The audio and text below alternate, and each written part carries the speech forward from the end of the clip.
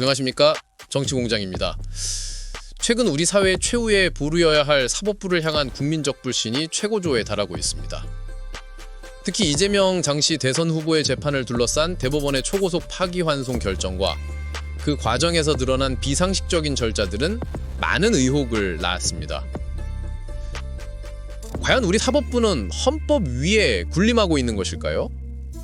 왜 대법원은 국민의 의혹 제기와 국회의 정당한 요구를 묵살하며 침묵으로 일관하고 있는지 그 이면에 숨겨진 권력의 작동 방식을 추적합니다. 이재명 당시 대선 후보의 재판 기록은 무려 6만여 쪽에 달했습니다. 그런데 대법원 전원합의체의 심리기간은 고작 9일에 불과했습니다.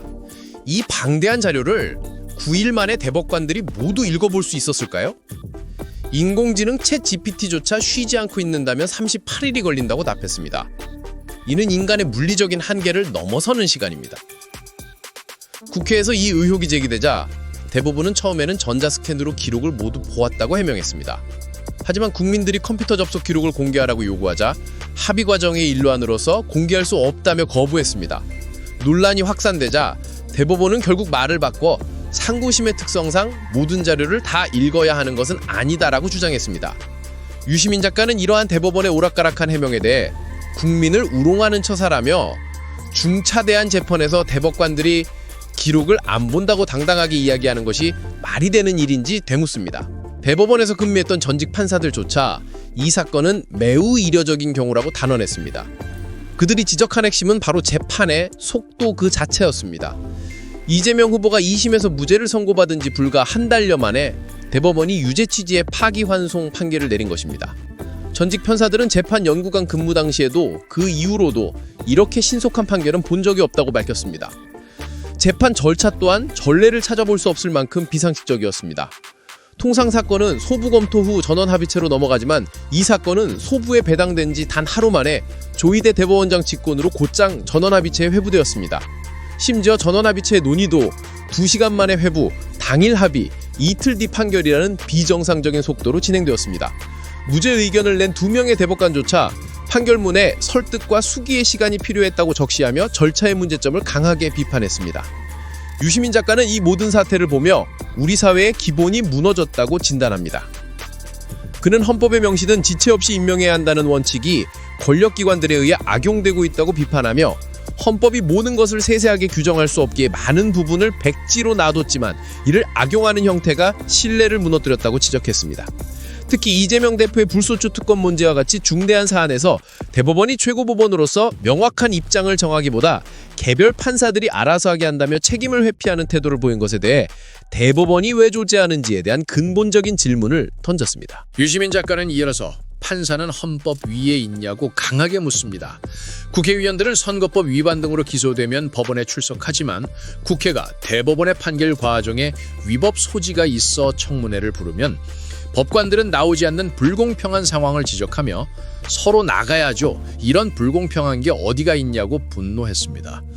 그는 특히 6만 쪽이 넘는 서류를 이틀 만에 2번 회의해 항소심 유죄 판결을 엎어버린 대법원의 행태에 대해 서류 보셨냐고 물어보면 안 봤다고 하고 국민들에게 대답 안 한다. 기자들 질문도 안 받고 국회에 나오지도 않는다며 강하게 비판했습니다. 유시민 작가는 이러한 대법원의 태도를 보며 판결이 잘 됐든 잘못됐든 상관없이 이 태도는 자기를 귀족으로 여기는 거라고 본다고 일갈합니다. 그는 이러한 사법부의 귀족주의적 태도는 손봐야 한다고 단언하며 우리 사회의 사법 불신의 뿌리에는 판사들이 헌법 위에 군림하려는 듯한 오만한 인식이 있다고 강조합니다. 대법원에 이어 고등법원마저 재판을 서둘렀고 법원 내부에서는 대법원장의 의중을 살핀 것이 아니냐는 비판이 터져 나왔습니다. 결국 법원 내부망 코트넷에는 현직 판사들이 실명으로 조희대 대법원장을 비판하는 글이 빗발쳤습니다. 국회는 대선 개입 의혹을 밝히기 위해 헌정사상 처음으로 조희대 대법원장을 상대로 청문회를 추진했지만 대법원장은 불참으로 일관하며 국회와 국민을 무시하는 오만한 태도를 보였습니다. 시청자 여러분, 오늘 우리는 유시민 작가의 비판을 통해 대법원이라는 우리 사회 최후의 보루에서 벌어진 믿기 힘든 일들을 목격했습니다. 헌정세상 전례 없는 초고속 재판과 납득할 수 없는 해명, 그리고 국회의 정당한 요구를 묵살한 대법원장의 오만까지 이것은 단순히 이재명이라는 개인의 재판 문제가 아닙니다. 대한민국 사법부의 독립성과 공정성, 그리고 국민의 사법 시스템에 대한 신뢰가 근본적으로 흔들리고 있음을 보여주는 심각한 사태입니다. 유시민 작가가 던진 판사는 헌법 위에 있나? 라는 질문은 우리 모두가 함께 고민해야 할 화두입니다. 사법부가 국민에게 책임을 다하고 헌법 위에 군림하는 것이 아니라 헌법 정신을 수호하는 본연의 역할을 다할 수 있도록 우리 사회의 지속적인 관심과 비판이 필요합니다. 이 영상이 더 많은 사람들에게 전달될 수 있도록 좋아요와 구독 부탁드립니다. 정치공장이었습니다. 감사합니다. 대법관 탄핵이라든지 청문회도 했었고요. 이런 것이 뭐 국민의힘이나 보수 진영에서 이거는 사법 장악이다라고 표현을 하고, 그게 아니라 이제 사법 개혁으로 가기 위한 어떤 시동을 거는 것이지, 이걸 뭐 위협이나 이런 걸로 보면 안 된다는 게 이제 지금 민주당 쪽인 것 같아요. 지금 민주당은 그런 구체적인 액션에 대해서는 좀 주춤하고 있는 것 같고요. 어떻게? 근데 이게 이제 진짜 불신의 골이에요. 그러니까 이게 기본이 무너진 거예요. 상당 부분 우리 사회가. 네. 예컨대 헌법에 지체 없이 임명해야 한다 이렇게 돼 있어요. 예컨대 뭐 국회가 상설특검을 결의하면 네. 대통령이 지체 없이 검사 추천을 의뢰해야 되는데, 근데 지체 없이가 우리가 보통 지체 없이 그러면 그 하루 이틀 정도 생각하는 거지. 길면 하루 그걸 이틀이죠. 넉 달, 일곱 달을 지체 없이라고 하지는 않아요. 그러니까 이렇게 법에 우리가 모든 것을 세세하게 권력의 분립과 상호 감시 견제에 대해서 모든 걸 규정해 둘 수가 없어요. 그래서 많은 부분을 마치 재량처럼 보이는 백지로 놔뒀는데, 이걸 악용하고 있었어요. 예, 이게 무너진 거예요, 지금. 그러니까 서로 간에 불신이 최고조로 올라가지고, 예컨대 이런 겁니다. 대통령이 당선이 되면, 그러면 진행 중인 재판이 헌법 제88조의 불소추 특권에 들어가냐, 안 들어가냐? 84조. 84조. 네. 이렇게 문제가 돼 있으면, 원래는 대법원이 이거에 대해서 입장을 정해야 돼요. 우리 대법원, 이 최고법원으로서 이걸 볼 때, 이거는 재판을 계속하는 게 맞다, 이러면, 그러면 이재명 대표가 대통령이 당선이 되더라도 그럼 헌법소원 청구를 하는 거예요. 그러면 헌법재판소로 어차피 가게 돼 있습니다. 그 다음에 대법원에서 이거는 중단하는 게 맞아. 그러면 2030년까지 다 중지야. 이렇게 입장을 내면 또 국민의힘에서 불만이 있으면 그걸 또 헌법소원을 하면 돼요. 절차가 다 있는데 대법원이 지금 뭐라 그러냐 하면 그거는 개별 판사들이 알아서 하게 한다. 이렇게 나오고 있습니다. 대법원이 왜 있어요? 그러니까 기본적으로 우리 헌법 체제는 권력의 분산과 상호 견제 감시를 제도화해 놨는데 서로 간에 어느 정도 상식적으로 우리가 헌법 정신을 존중한다는 신뢰가 있으면 기다려주고 대화하고 설득하고 이게 돼요. 근데 지금 대법원이 조희대 대법원장 이걸 무너뜨렸어요. 저는 그렇게 봐요. 그래서 불신이 최고조에 달해서 민주당 쪽에서 입법을 하겠다는 거죠. 이 헌법 제84조의 해석에 관한 입법을. 그럼 어차피 이거 헌재로 또 가게 됩니다. 헌재 가서 또 결정을 받긴 받아야 돼요. 네.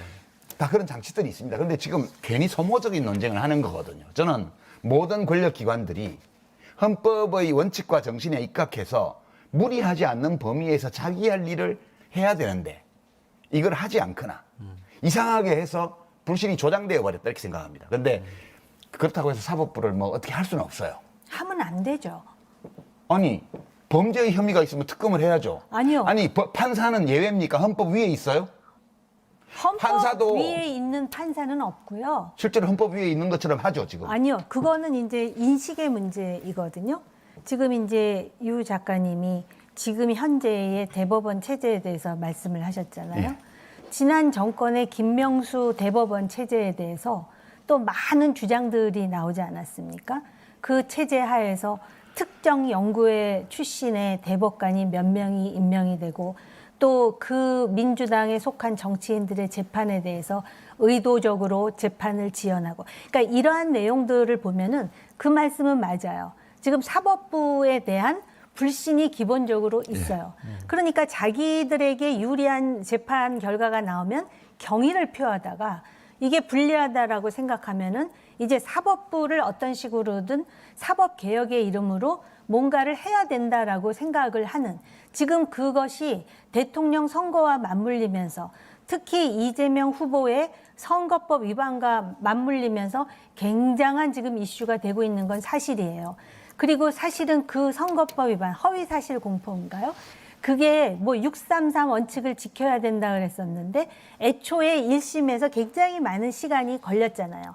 이거에 대해서 또 당시에 이재명 대표가 상당히 지연하는 전술을 썼다라고 의심하는 의심 아닙니다. 그거는 네. 검찰이 증인이 45명이었고요. 변호인 그러니까. 증인이 4명이었어요. 아무튼 그러니까 그 그러니까 얘기를 검찰이- 하자면은 예, 검찰이 한 상당히 거예요, 그거를. 그 얘기가 긴데요. 어쨌든 그 아까 말씀하셨듯이 법원이 헌법 위에 있진 않아요. 판사가 헌법 위에 있진 않아요. 그러나 정치도 선거도 법 위에 있진 않아요. 그거는 근데 제가 한 가지 여쭤볼게요. 네. 국회의원들은 검찰이 선거법 위반이나 정치자금법 위반으로 기소하면 법원에 얌전히 나가요. 근데 국회가 대법원의 그 판결 과정에 대해서 위법의 소지가 보인다고 해가지고 그러면 한번 얘기해 봅시다. 청문회를 부르면 안 나와요. 법관은 안 나옵니다. 이런 불공평한 게 어디가 있어요? 서로 나가야죠.